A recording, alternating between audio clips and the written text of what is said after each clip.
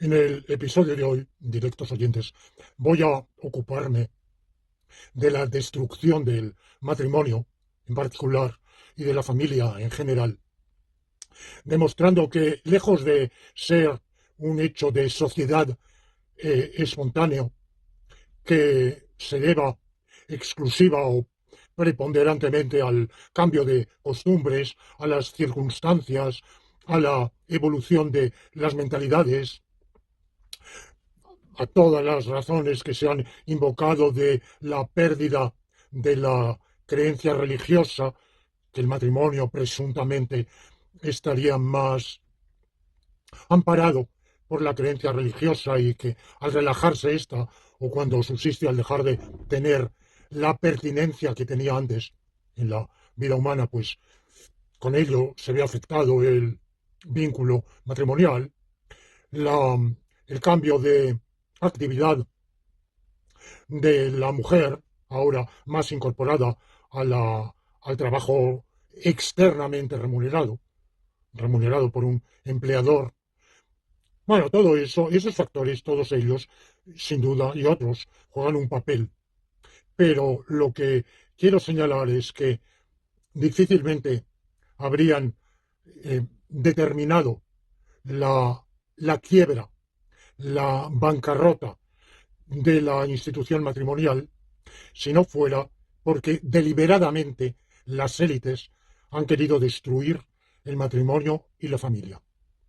Destruirlo por vías directas e indirectas, devaluándolo en buena medida, también en parte quitándole significación jurídica por varios procedimientos. Uno de ellos es el de desacreditarlo, suscitar un ambiente de hostilidad hacia la familia, pero al mismo tiempo despojarlo de significación, de consecuencia jurídica en el ámbito patrimonial, económico y por tanto de bienestar de los individuos. Cuando hablo del matrimonio como institución, indirectamente hablo también de la cohabitación o el concubinato, porque ciertamente la campaña destructiva de las élites ha venido enfilada directamente contra el matrimonio y contra la familia, entendiendo por familia lo de toda la vida, papá, mamá y los niños. Eso es familia. Sí, hay familia extendida, con los abuelos, la suegra, lo que ustedes quieran, y si quieren la acogida de los primos hermanos, bueno, bien, familia en sentido lato, clan, bueno, la familia, lo que siempre hemos entendido toda la vida en mi familia, era mi papá, mi mamá, mis hermanos, o cuando habla un progenitor, mi mujer, mis hijos, o mi marido, mis hijos. Eso es la familia. Bueno, ha habido, pero evidentemente la campaña enfilada a perjudicar, desprestigiar y finalmente quitarle potencial de protección colectiva al vínculo familiar, matrimonial, sobre todo matrimonial, pero familiar, ha repercutido en que también el concubinato, la pareja, la cohabitación, se ha visto indirectamente afectada por el mismo mal. ¿Por qué? Por una razón, y es que la pareja, la cohabitación, el concubinato, era históricamente un matrimonio fáctico, un matrimonio, el, el hombre y mujer que vivían en concubinato, se decía, viven como marido y mujer. Hacían vida marital, solo que por la razón que tuvieran no estaba registrada. Las razones podían ser múltiples, personales, entre otras cosas, por ejemplo, cuando no existía el matrimonio civil, porque no querían casarse por la iglesia, no querían contraer casamiento eclesiástico que comportaba un rito que ellos podían desaprobar. Bueno, era una razón posible. Otra razón posible era, que lo fue históricamente, sobre todo en un sector social de clase obrera en el siglo XIX, que no, que el matrimonio estaba considerado una institución burguesa. Estar unidos en vínculo matrimonial era reconocer la vinculación recíproca del hombre y la mujer por un tipo de denominación sociojurídico que se consideraba que un sector más o menos amplio de la población, particularmente obrera en las ciudades, consideraba propio de una sociedad burguesa que, a la cual no se quería pertenecer. Bueno, otra razón es que durante mucho tiempo, y hoy también, se piensa que la celebración del matrimonio conlleva, conlleva por una convención social, que puede existir y puede no existir, pero conlleva festejos, gastos. Bueno, si uno contrae matrimonio, pues es para celebrarlo, para hacer un banquete o varios banquetes, bailes, regalos, viajes, luna de miel, lo que sea. Bueno. Y bueno, pues evidentemente la situación económica de la clase obrera en el siglo XIX pues no permitía semejantes lujos. Bueno, de manera que, como digo, durante un tiempo la, la cohabitación ha sido un matrimonio fáctico que sencillamente no quería obtener ni revestirse de la denominación oficial de matrimonio.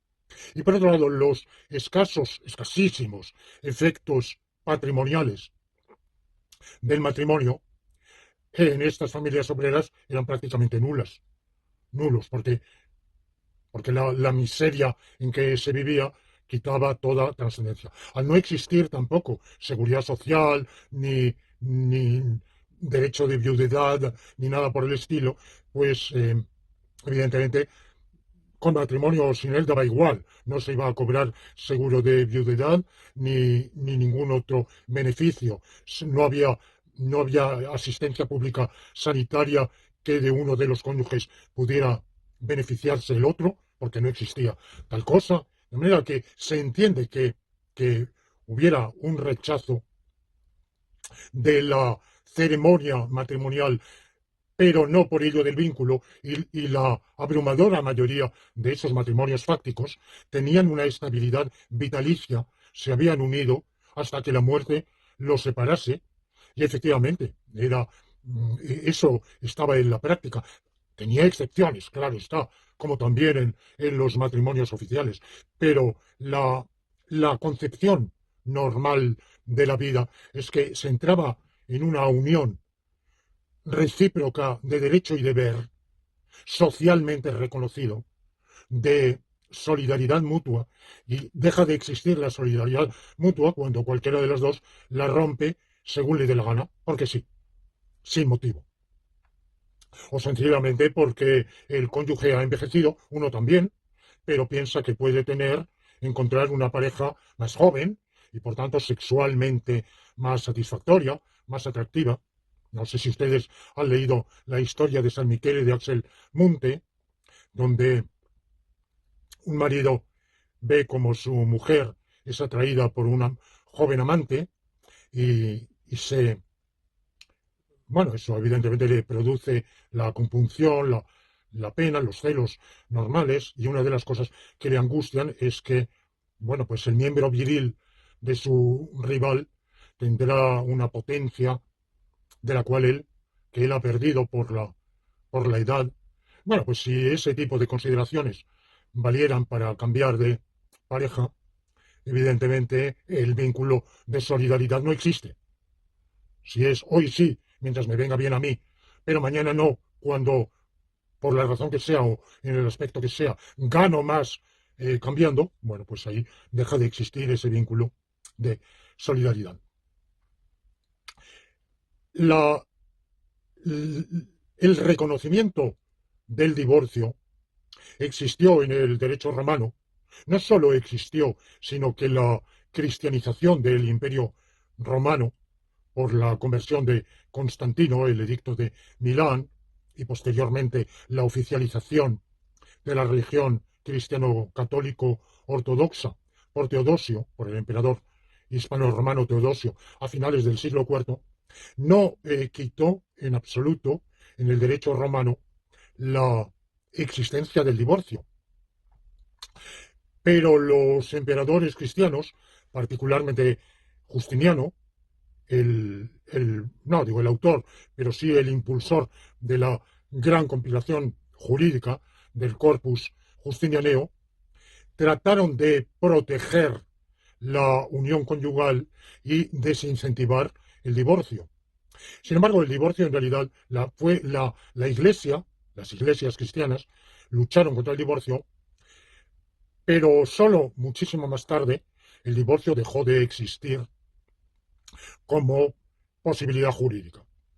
Y como ya lo recordaba el otro día, en España el divorcio ni siquiera se restablece jurídicamente con la revolución liberal anticlerical de 1868, con la Constitución democrática de 1869 y con la ley del matrimonio civil.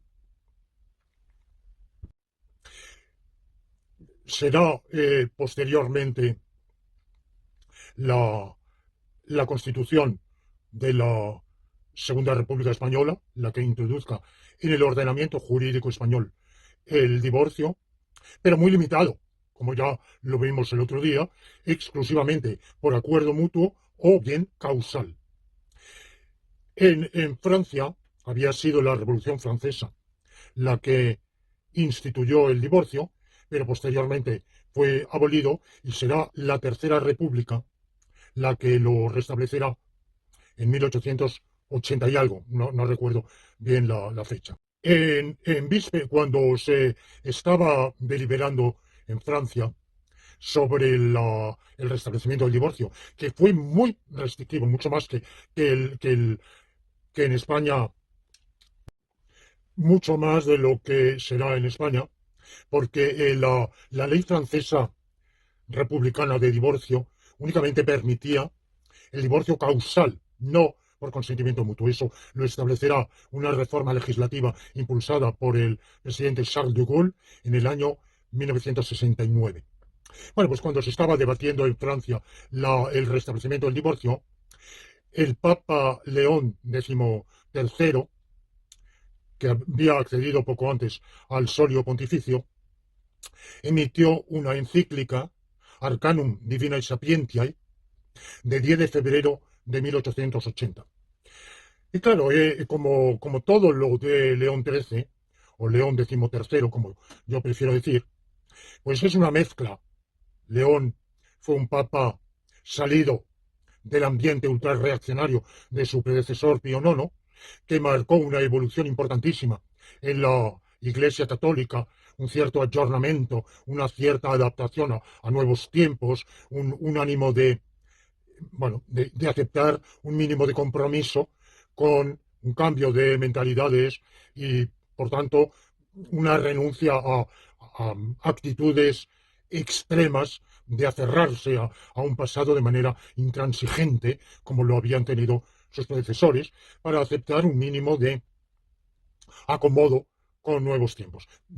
Todo eso dentro de límites, bueno, en su tiempo pareció una novedad audaz. Bueno, hoy releyendo sus textos nos percatamos de lo tímidos, lo cautelosísimos que son y cómo esos pasitos que se dan 2 pasitos adelante y medio pasito atrás, de manera que todo quede en que las cosas apenas se modifiquen. Pero vamos, ese apenas no deja de tener un algo. Y uno de ellos fue el problema del divorcio. Y el Papa, en esa encíclica, dice cosas muy interesantes. Le atribuye al Salvador, al Redentor, una concepción muy positiva del matrimonio, que yo creo que no se ajusta a la realidad. Es un tema que merecería que merecería otro debate sobre la actitud de Jesús de Nazaret ante la familia, el matrimonio. Como todo, Jesús de Nazaret, primero, es un hombre evidentemente contradictorio, cargado de un hombre Dios, cargado de supercontradicciones, ya en su propia entidad, hombre Dios. Eso es una contradicción. Él es un ser contradictorio. Claro, luego además las fuentes sobre él se contradicen entre los diferentes evangelios, para atenernos únicamente a los 4 evangelios que la tradición ha aceptado, porque hubo muchos otros que todavía nos presentarían una imagen más complicada. Bueno, de manera que yo no creo que Jesús de Nazaret tuviera esa visión tan positiva del matrimonio, desde luego no la que el propio León XIII manifiesta, pero sí tiene una visión contraria al divorcio, que rechaza el divorcio salvo en supuesto de adulterio. O sea, que de todos modos el rechazo incluso en el texto evangélico que el Papa cita no es absoluto, hay una reserva. Pero lo que me interesa es que el Papa, además de argumentos de tipo religioso, teológico, nos ofrece en esa encíclica argumentos de bienestar social, argumentos utilitarios, argumentos perfectamente compatibles con una ética utilitarista. Y esto no se esperaría. Señala que el matrimonio, como pacto, es un sacramento, de acuerdo, la, está bendecido por Dios. Es un sacramento muy particular, porque según la doctrina sacramental eclesiástica, los sacramentos, el ministro que imparte y realiza el sacramento en cualquier otro de los 7 sacramentos es el sacerdote. Bueno, en algún supuesto puede ser otro. El bautizador, en principio es un sacerdote, aunque quien no lo sea también puede bautizar. El sacerdote que administra la comunión, que confirma, que da la extrema unción, que imparte la dignidad sacerdotal, bueno, la ordenación, bueno, pero en el matrimonio, quienes se administran mutuamente el sacramento son los cónyuges. Pero además son los cónyuges por la primera cópula conyugal, no por la ceremonia. Bueno, sobre esto hubo, en la Edad Media hubo una disputa teológica, teológico-jurídica, entre dos posturas, la de Incmaro y Graciano, que consideraban que el sacramento del matrimonio se realizaba por la cópula, iniciadora de un vínculo matrimonial, siempre y cuando esa cópula estuviera acompañada de la voluntad de compromiso mutuo. Y, por otro lado, una posición que se impuso después, de Pedro Lombardo, finalmente volvió a haber esa polémica duró siglos, que consideró que no había matrimonio mientras no hubiera precedido la ceremonia nupcial ante el altar. Es decir, que ciertamente esa ceremonia, es decir, bueno, se han casado, como el canto nupcial, ya se han casado, no. En realidad, según la doctrina eclesiástica, canónica, no se han casado, no son exactamente marido y mujer, hasta que no han copulado. Eso significa se llama, en la jerga canónica, la consumación del matrimonio. El matrimonio es rato, o sea, lícito, válido, cuando se contrae ante el altar, pero no está completado. O sea que no se ha realizado plenamente. La unión sacramental no se ha realizado. Bueno, de manera que vuelvo a la doctrina de León XIII, matrimonio sacramental, pero ese matrimonio sacramental es una cosa y el matrimonio como contrato es otra. Pero incluso como contrato, dice su santidad, el matrimonio por su propia entidad, Bueno, ahí el Papa da razón a los liberal revolucionarios justnaturalistas españoles en el debate al que me refería en, en el episodio precedente.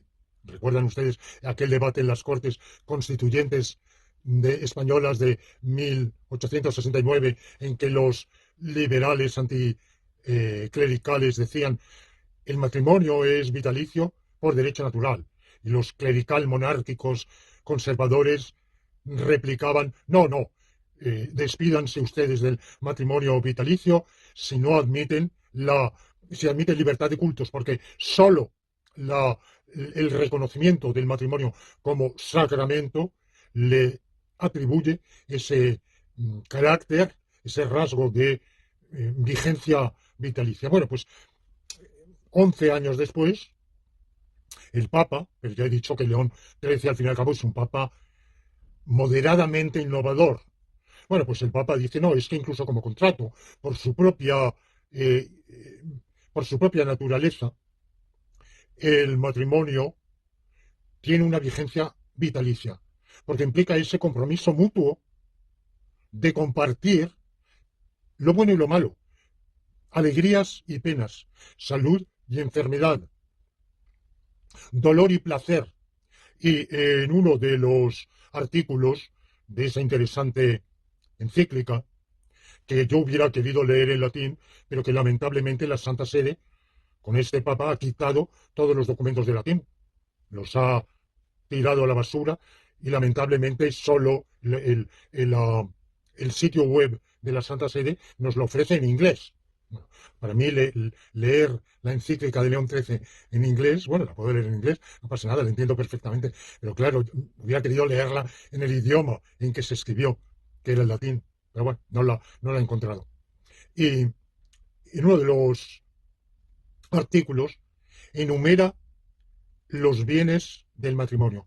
Y hay una creencia muy común, errónea, de que para la doctrina católica, es errónea, pero me temo que muchos presbíteros, muchos curas en su predicación han hecho creer eso a los feligreses. Es una opinión que tienen muchos católicos. Y es que el matrimonio solo se justifica para la prole de cara a la procreación, al engendramiento y crianza de los hijos.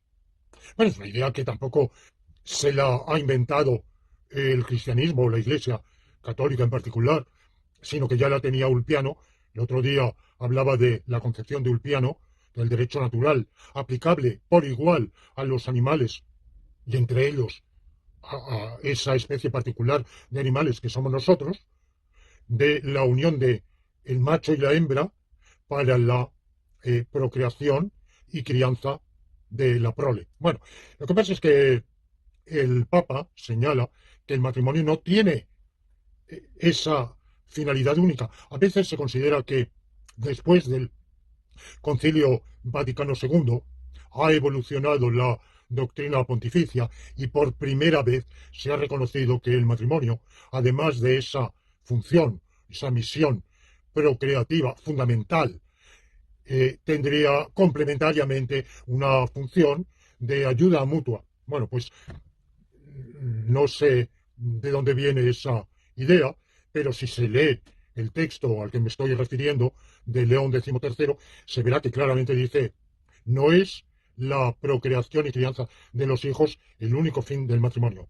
Es también el beneficio de llevar la vida, afrontar la vida en común, lo cual acarrea y conlleva varias cosas. Primero, el socorro mutuo en todos los aspectos.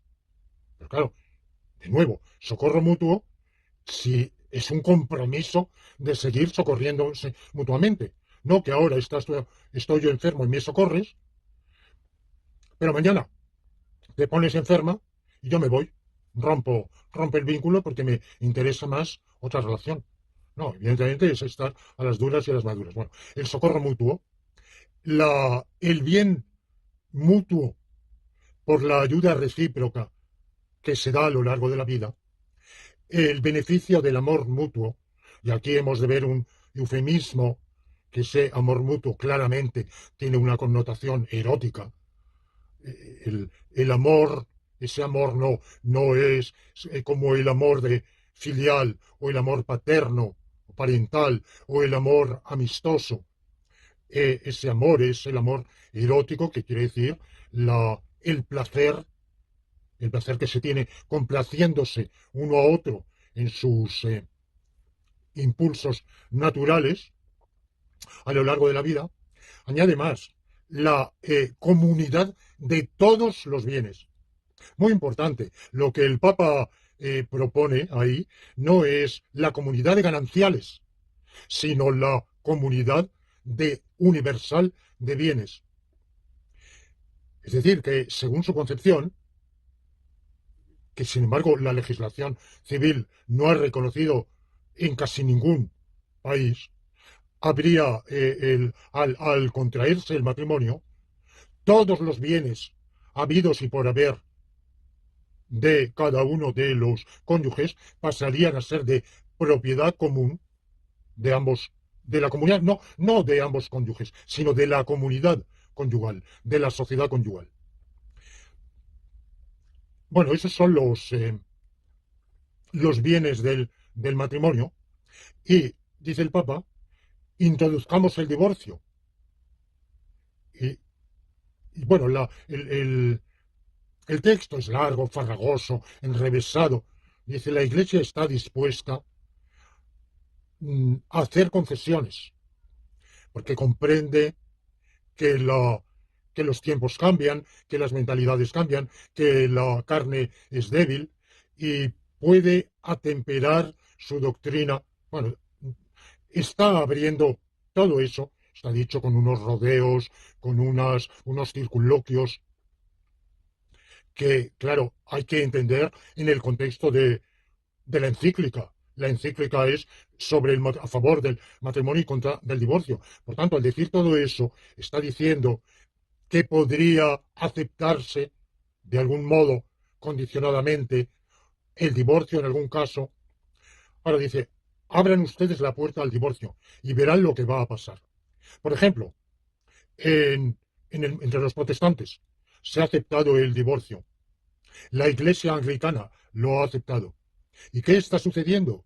Que el divorcio, que al principio era algo excepcional, se está generalizando. Fíjense que esto lo dice en 1880, hace 145 años, siglo y medio. Bueno, pues él ya alerta de que la aceptación es un argumento de pendiente resbaladiza. Bueno, introducimos el divorcio y lo introducimos sobre la base de unos supuestos fácticos determinados. Bueno, el paso siguiente será ampliar los supuestos fácticos. El paso siguiente será disminuir los beneficios, deberes y derechos recíprocos del matrimonio, para que el salto del matrimonio al divorcio sea menor, evidentemente. El paso siguiente será el de la generalización, lo que al principio era visto como un mal menor en ciertas circunstancias, será visto con mayor o menor indiferencia. Bueno, pues todita esa previsión se ha ido cumpliendo punto por punto. El otro día, en el episodio precedente, recordaba yo cómo se introdujo el divorcio en la legislación española en 1981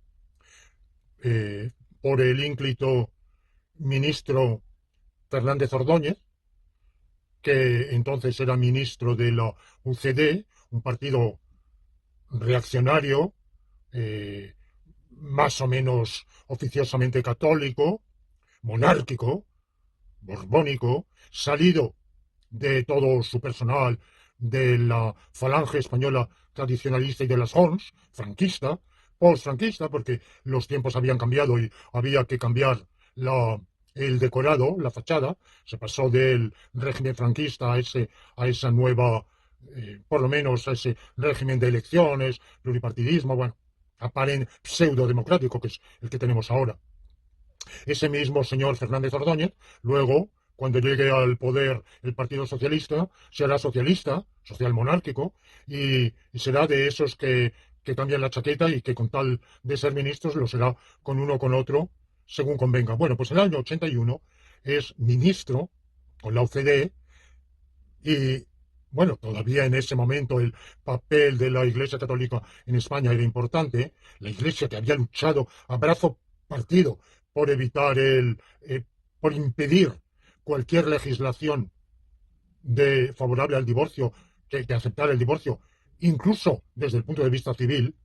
Bueno, pues bueno, ya la Iglesia también eran otros tiempos, más acomodaticia, más oportunista, pero en fin, así todo, no, no muy proclive al divorcio, desde luego. Y Fernández Ordóñez, en aquella ley, impuso el divorcio no causal, por tanto el repudio, el derecho al repudio, pero condicionadamente. Primero, el proyecto del gobierno, hay que reconocerlo, yo quiero ser objetivo, decir siempre la verdad, toda la verdad pertinente. El proyecto del gobierno presentado a las Cortes, aunque establecía el divorcio no causal, es decir, que cualquiera de las partes se preservaba el primer año. Durante el primer año no se podía entablar separación. Transcurridos 12 meses desde el casamiento, uno de los dos podía irse de casa porque le daba la gana y al cabo de 5 años de ruptura y convivencia pedir el divorcio y obtenerlo por el hecho de la ruptura de la convivencia conyugal. Bueno, pues el proyecto de ley decía que el juez, al momento de otorgar el divorcio, para determinar si procedía la pensión compensatoria y las pensiones de alimentos por hijos, tomaría en consideración las circunstancias que hubieran conducido a la ruptura del vínculo matrimonial y quién hubiera sido el iniciador de esa ruptura o el demandante de la ruptura. Era un modo vergonzante, a medias, simulado, de semi-introducir una especie de divorcio causal, sin llamarlo causal. El Congreso lo aceptó y el Senado lo rechazó. ¿Usted sabe lo que es el Senado en España? Es una cámara de próceres totalmente antidemocrática, en la cual 6 millones o 5 millones de habitantes de la provincia de Madrid tienen la misma representación que 150.000 habitantes de la provincia de Soria, y en la cual están, es decir, la representación de la población española, es decir, un 20, un 15, 20% de la población española tiene mayoría en el Senado. No, es una cámara sin la más mínima representación democrática de ningún tipo. Y, bueno, pues ese Senado ultrarreaccionario, esa cueva de cacicados, de satrapías, de poderes fácticos regionales y lugareños, bueno, pues claro, porque había habido justamente en la oligarquía financiera y terrateniente española, que era la que tenía el poder de facto y sigue teniéndolo, había cambiado de mentalidad a lo largo de todo ese periodo de los años 60, 70, había ido cambiando, y de la vieja concepción que tenía de sí misma del clan. Era una oligarquía de clanes. Las empresas oligárquicas tradicionales eran empresas familiares, del bisabuelo, el abuelo, el padre, el hijo, el nieto y así sucesivamente. A una visión nueva, de la sociedad anónima, de la aventura, del capital riesgo, de los fondos de inversión, de las multinacionales, en los comienzos de la fuga de capitales, de la inversión en las Islas Caimán, del pelotazo, de los nuevos ricos. Bueno, era un ambiente totalmente individualista y entonces ese Senado que representaba a la oligarquía financiera, a la nueva oligarquía financiera de manera mayor incluso que el Congreso, que ya es decir, pues eliminó esa cláusula, de manera que el divorcio pasó a ser totalmente no causal. Cuando llegamos al año 2005, la nueva reforma del Código Civil elimina ese requisito de haberse ido de casa y dejar pasar 5 años y prevé el derecho al repudio. Y además, al determinar una pensión compensatoria en condiciones restringidísimas, y que en la España de entonces todavía en el 2005, más que ahora, solía ser el divorcio, todavía entonces. Bueno, no estoy del todo seguro. En el año 81, desde luego sí. En el año 2005 hago una afirmación que, metiendo la ropa, tendría que estudiarlo para hacer una afirmación así. Pienso que tradicionalmente el divorcio era iniciado por el hombre, sobre todo el cuarentón, que se encaprichaba con una jovencita.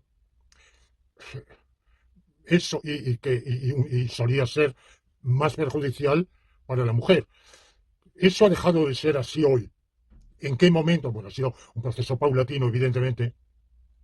En 2005, no lo sé muy bien, pero en tal caso, en 2005 se establece ese derecho de divorcio. La pensión compensatoria, no sé si procede en los escasísimos supuestos en los que procede, no tendrá en cuenta absolutamente para nada ni las causas del fracaso matrimonial, ni hay por qué hablar de fracaso matrimonial, sencillamente porque hay que decir que me gustaba estar en el matrimonio y ahora me ha dejado de gustar. Bueno, por lo que haya sucedido en el matrimonio antes del divorcio, borrón y cuenta nueva. No se tiene en cuenta jurídicamente para nada.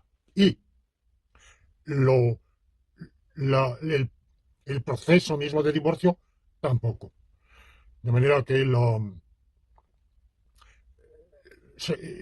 como digo, el matrimonio, se introduce el derecho al divorcio y al mismo tiempo se introduce el casamiento entre individuos del mismo sexo. ¿Qué problema hay con eso?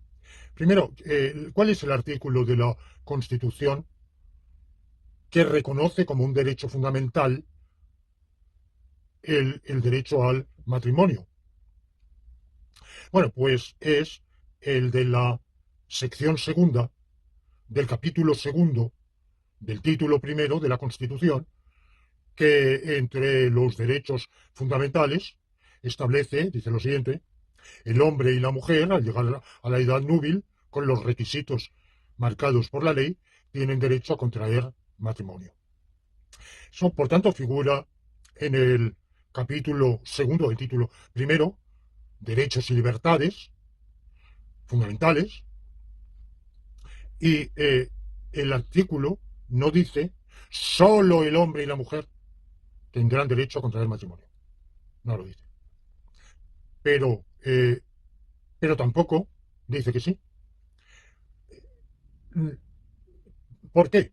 Porque cuando se redacta la Constitución 1978, saben ustedes que se presentó, bueno, 78-79, se presentó a un plebiscito en el cual obtuvo la aquiescencia del 59% del cuerpo electoral, pero no pudimos votar los españoles residentes en el extranjero, en aquel famoso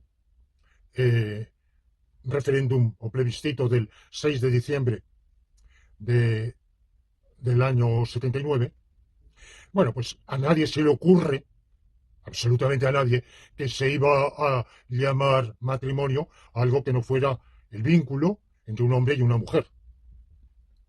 Podía debatirse el derecho de individuos del mismo sexo a vivir juntos e incluso, eventualmente, a eh, esa convivencia, que esa convivencia se tradujera en que algunas de las consecuencias jurídicas del matrimonio, cada vez menores, también también se beneficiaran de ella los convivientes del mismo sexo o de diferente sexo. Pero bueno, llamar matrimonio a otra cosa que la unión de un hombre y una mujer a nadie se le hubiera ocurrido. Hay que tener en cuenta los antecedentes. Antes de la reforma del Código Civil del año 2005, en diversas comunidades autónomas, o sea, regiones españolas, se habían aprobado leyes de parejas de hecho, con un fundamento problemático, porque la Constitución había otorgado, bueno, lo cual es muy problemático, muy discutible, muy criticable a mi modo de ver, pero siguiendo la estela del franquismo, porque hay que ver cuántas cosas malas del franquismo han continuado y algunas de las buenas se han abandonado. No pocas de las buenas. En realidad, las mejores se han abandonado y muchísimas de las malas, de las pésimas, han continuado. Bueno, una de las pésimas que ha continuado es el foralismo. Claro, el franquismo, heredero del fuerismo carlista, había proclamado la continuidad de los fueros y en nombre de la continuidad de los fueros había otorgado un derecho civil diferenciado a Cataluña, las Islas Baleares, Aragón, Navarra, Vizcaya y Guipúzcoa. Pero la Constitución lo extendió a Galicia, Álava, y luego de facto, porque la Constitución no se lo otorgó a mis paisanos de la región valenciana, no se lo otorgó, pero ellos se lo tomaron y se ha consentido. Como tantas, no, la legislación española actual en tantísimas cosas vulnera la Constitución, pero como no se ha llevado al Tribunal Constitucional, pues ahí ha quedado. Hay un montón de leyes anticonstitucionales. Bueno, pues había habido leyes de parejas de hecho, incluso en regiones que no tenían competencia legislativa en el orden del derecho civil, y se quiso promulgar una ley de parejas de hecho nacional. Y había habido una oposición del Partido Popular, supuestamente por defender la visión católica, y las comunidades de lo que ya se llamaba LGTBIOQ+, bueno, al principio se llamaba LGTBI, bueno, y luego se fueron añadiendo esas otras siglas que no sé qué significan. Bueno, pues ellos lo que habían pedido era una ley de parejas de hecho, no matrimonio entre individuos del mismo sexo. Pero llegó el cambio de mayoría parlamentaria en el año 2004, y como en un alarde de innovación, ese cambio de mayoría se tradujo en diversas modificaciones de política interior y exterior, alguna positiva y otras muy negativas. Y entre las más negativas fue esta reforma del Código Civil con el reconocimiento del matrimonio entre individuos del mismo sexo y, sobre todo, con el derecho al repudio sin cortapisas. Porque sí. Bueno, ¿qué problema hay con el matrimonio entre individuos del mismo sexo? ¿Quita algo el que dos individuos del mismo sexo se unan en un vínculo que adquiera el reconocimiento jurídico de matrimonio? ¿Nos quita algo a quienes estamos casados en unión matrimonial heterosexual? Bueno, yo personalmente estoy casado no según la legislación española, sino la francesa. Yo contraje matrimonio el 19 de febrero, matrimonio civil, el único que he contraído, 19 de febrero de 1969 en la alcaldía de Meudon, en la República Francesa, bajo las leyes de la República Francesa. Pero, por tanto, mi matrimonio pues no viene afectado porque ahora en España dos individuos del mismo sexo, sean mujer y mujer o marido y marido. Pero, sin embargo, eso plantea un problema de constitucionalidad. Porque, claro, cuando la Constitución dice el hombre y la mujer, no dice solo. Pero cabría argumentar ahí con lo que los juristas llamamos argumento a contrario. El argumento a contrario es un argumento de aplicabilidad limitada que establece que cuando la ley atribuye una consecuencia jurídica a un supuesto de hecho, esa consecuencia jurídica no puede atribuirse, no puede adjudicarse, no puede reconocerse en ausencia de ese supuesto de hecho, a menos que el contexto lo, lo haga razonable, lo haga acorde con el entramado del ordenamiento jurídico. Ahora, el entramado del ordenamiento, vayamos a la Constitución, el entramado del ordenamiento jurídico español en 1979 es el siguiente. Mientras no se otorgue, la ley no otorgue un vínculo matrimonial, no existe el vínculo matrimonial. Y la ley lo va a otorgar en tal supuesto, que se sea hombre y mujer, habiendo alcanzado la edad núbil y ateniéndose a los requisitos establecidos en la ley, que prohíben el incesto, que prohíben el matrimonio consanguíneo, la bigamia o poligamia, o sea, el contraer simultáneamente más de un matrimonio, bueno, todo eso. Implícitamente se entiende que la estructura, la racionalidad articulada del ordenamiento es tal que se está diciendo en ese supuesto y solo en ese supuesto.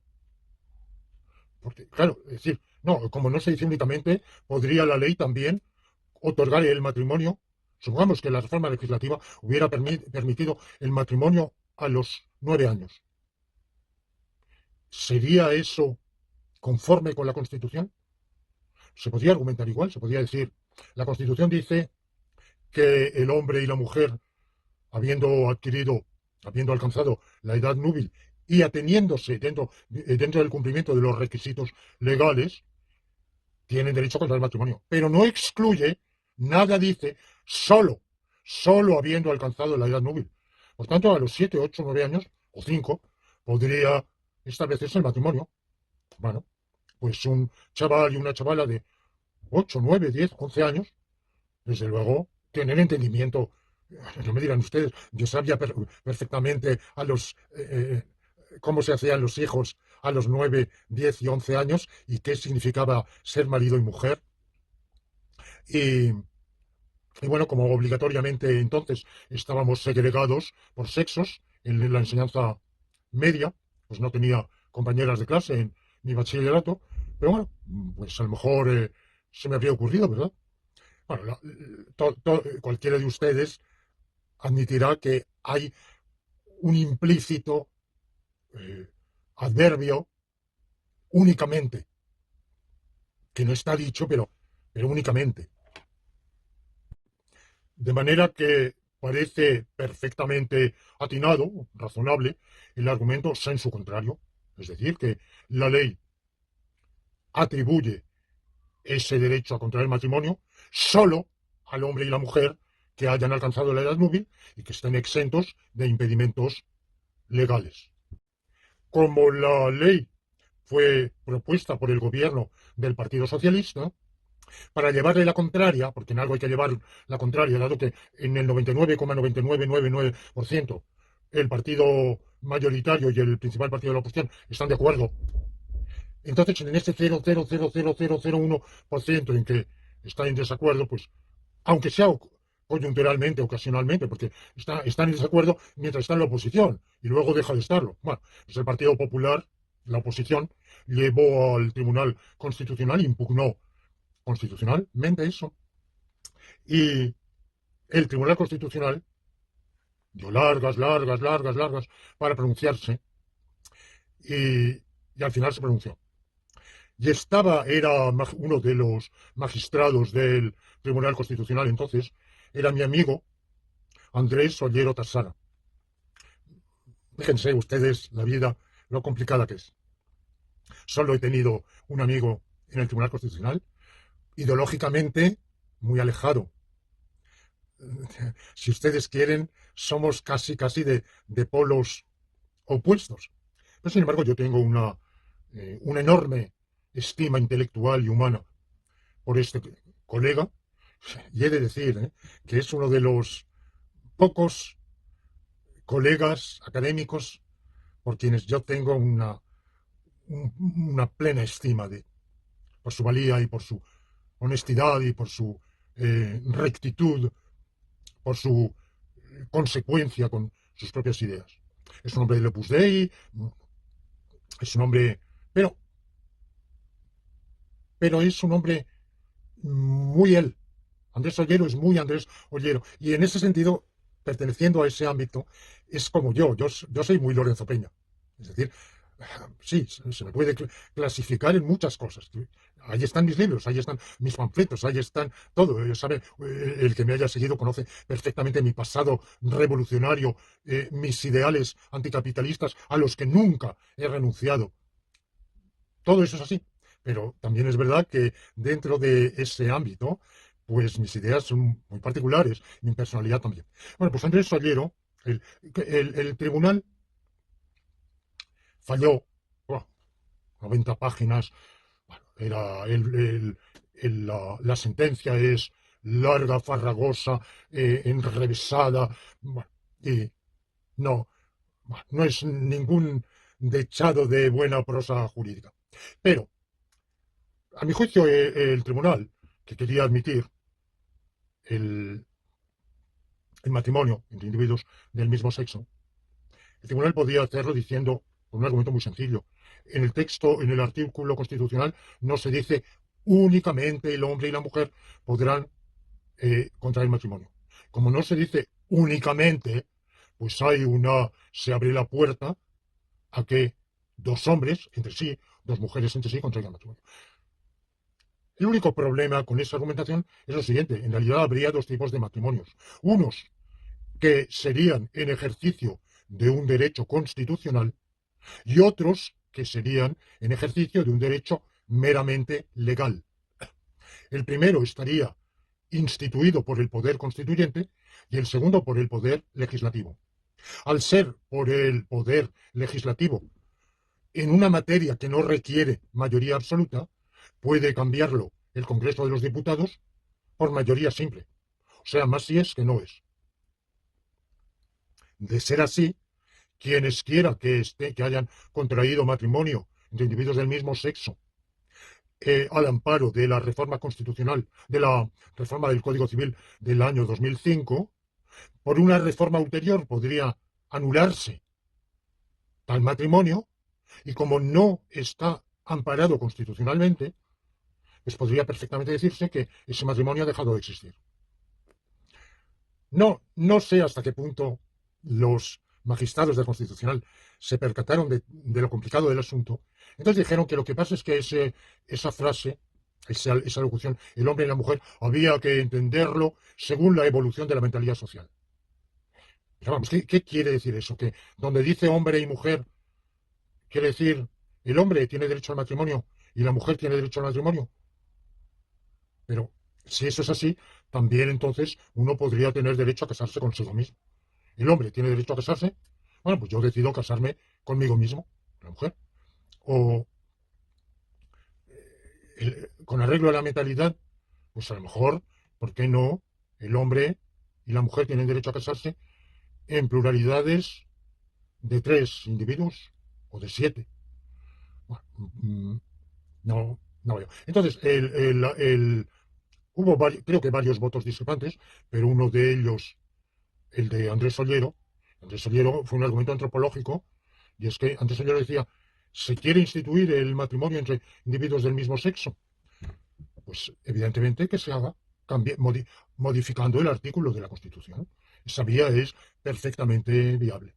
Entre tanto, hay que entender todo vocablo del texto constitucional en el sentido que tiene en el idioma en que está redactado, que es el idioma español. Y en el idioma español, cualquier definición que haya dado cualquier diccionario del matrimonio tiene en cuenta la antropología. Hay un dato antropológico que no se inventan los lexicógrafos. Entonces, ningún lexicógrafo ha llamado nunca matrimonio a la unión entre dos individuos del mismo sexo. ¿Cuál es el problema que tiene ese reconocimiento? Que, dígase lo que se diga, la consideración social de la unión entre un hombre y un hombre para darse mutuamente placer mediante la sodomía y compartir lecho, eh, vivienda o lo que sea, no tiene, habría que hacer un estudio primero de qué impacto tiene eso estadísticamente. Bueno, he dicho hombre, hombre y mujer, mujer, mujer. No quiero entrar en descripción alguna de cómo se darían mutuamente o se dan mutuamente esos bienes de los que hablaba el Papa León XIII, cómo se dan mutuamente placer erótico y ayuda y auxilio en todos los órdenes de la vida. ¿Qué significa eso estadísticamente? Porque yo lo que he visto es que el 0,5% o menos de los matrimonios son entre individuos del mismo sexo. Segundo, si ya hoy la mitad o más, o el 60% de los matrimonios terminan en divorcio, ¿cuántos matrimonios del mismo sexo duran más allá de 2 o 3 años? Querría yo saber. Bueno, y luego, ¿cómo se vive la vida matrimonial? Si de hecho, ¿cuánto de la vida, decimos compartir la vida, matrimonio se comparte la vida, pero ¿qué quiere decir compartir la vida?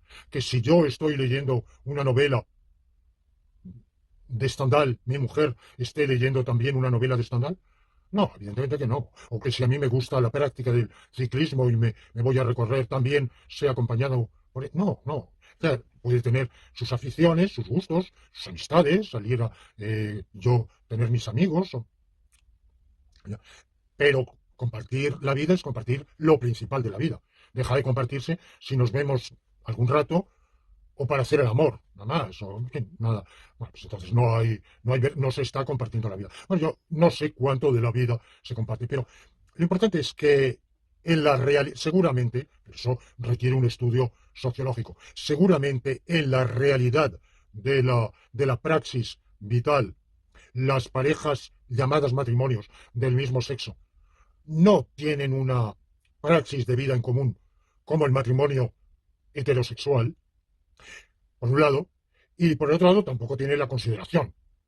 Dígase lo que se diga, y aunque ya sé que hoy la mentalidad social ha evolucionado muchísimo y que a la mayoría de los sondeados, cuando se hacen sondeos de opinión, la mayoría dicen, pues sí, sí, si quieren que se llamen matrimonio, no pasa nada, que haya. Pero esos mismos que dicen eso, a la hora de considerar que verdaderamente Antonio e Ignacio son marido y marido entre sí, bueno, y que eso es un matrimonio, bueno, pues lo dudo. De manera que el problema está en que, sin quitarnos nada a los casados, a los unidos en vínculo matrimonial de toda la vida, pero nuestro vínculo ha quedado devaluado al asimilarse a otro. Ha perdido esa significación, esa exclusividad que tenía, agravadísimo, claro, por la fragilidad total, la precariedad total del matrimonio, al concederse sin restricción, sin plazo, sin motivo, sin circunstancia alguna, el derecho al divorcio. Esa misma oposición llamada de derecha que impugnó, que llevó ante el Constitucional la reforma, cuando llegó al poder, la mantuvo y agravó, porque el divorcio, para facilitarlo todavía más, cuando era Ruiz Gallardón ministro de Justicia, hizo que ni siquiera hubiera que pasar por el juez, sino ante el notario. O sea, como un acta de compraventa de inmueble o de constitución de usufructo. Se va ante el notario y con no hace falta que eso quede un reconocimiento por una autoridad pública. El notario no es una autoridad pública. El notario es un funcionario semipúblico, público a algunos efectos, pero que actúa en régimen de derecho en un régimen mixto, porque en parte está regido ciertamente por la ley del notariado, pero a la vez actúa en un sistema de derecho privado.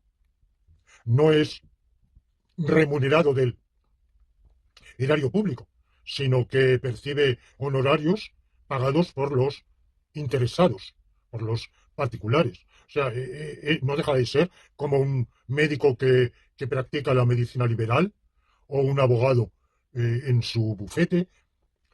Es una situación híbrida. De manera que el rebajar hasta ese extremo el divorcio, pues significa fragilizar al extremo el matrimonio. Llegamos así al año 2010, en que entro yo en escena porque escribo un artículo en la revista Arbor. El derecho es un número de la revista Arbor. La revista Arbor era, creo que sigue siendo, la principal publicación académica del Consejo Superior de Investigaciones Científicas, CSIC, de España, que es la principal institución académica del país, un centro de investigación pura, sin enseñanza. Y yo, desde el año 1987, era investigador científico de esa institución. Ascendí posteriormente a la categoría suprema de profesor de investigación. Y en el año 10, un colega mío y yo, Checho Uchin y yo, coordinamos un número de la revista Arbor sobre los derechos humanos en la sociedad contemporánea. Y, bueno, cada uno habló sobre diversos derechos, lo que normalmente la gente piensa en derechos de libertad, de bienestar. Y mi artículo fue el derecho a la vida conyugal en la sociedad contemporánea. Y recuerdo que eso provocó ya el título mismo, la temática, derecho a la vida conyugal como un derecho humano fundamental.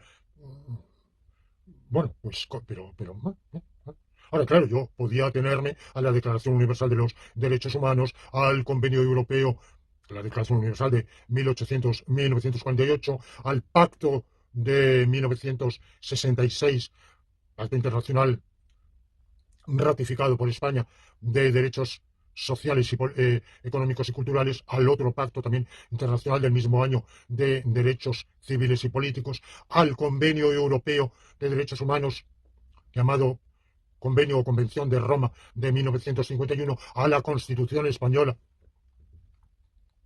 Todo eso establece como uno de los derechos fundamentales del hombre el derecho al matrimonio. Y sin embargo sonaba ya, cuando escribí el artículo, ya, lo vi en la...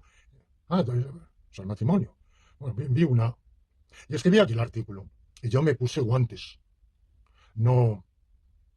El artículo tiene dos partes. Tiene lo dicho y lo entredicho. Lo dicho con todas las palabras y lo dicho un poco entre líneas o subliminalmente. Pero, desde luego, nadie se va a engañar y todo lo que digo, pues va a ser captado por quienes están en contra de la institución matrimonial y me va a venir representado. Ahora, narrar las vicisitudes posteriores de todo eso, que son las que me llevan a afirmar tan rotundamente como lo hago, que la trituración, la aniquilación del matrimonio y de la familia obedecen a un plan preconcebido de las élites, de las oligarquías, bueno, pues esto evidentemente ya excede un episodio como el actual, muy largo, y lo dejo para el próximo episodio.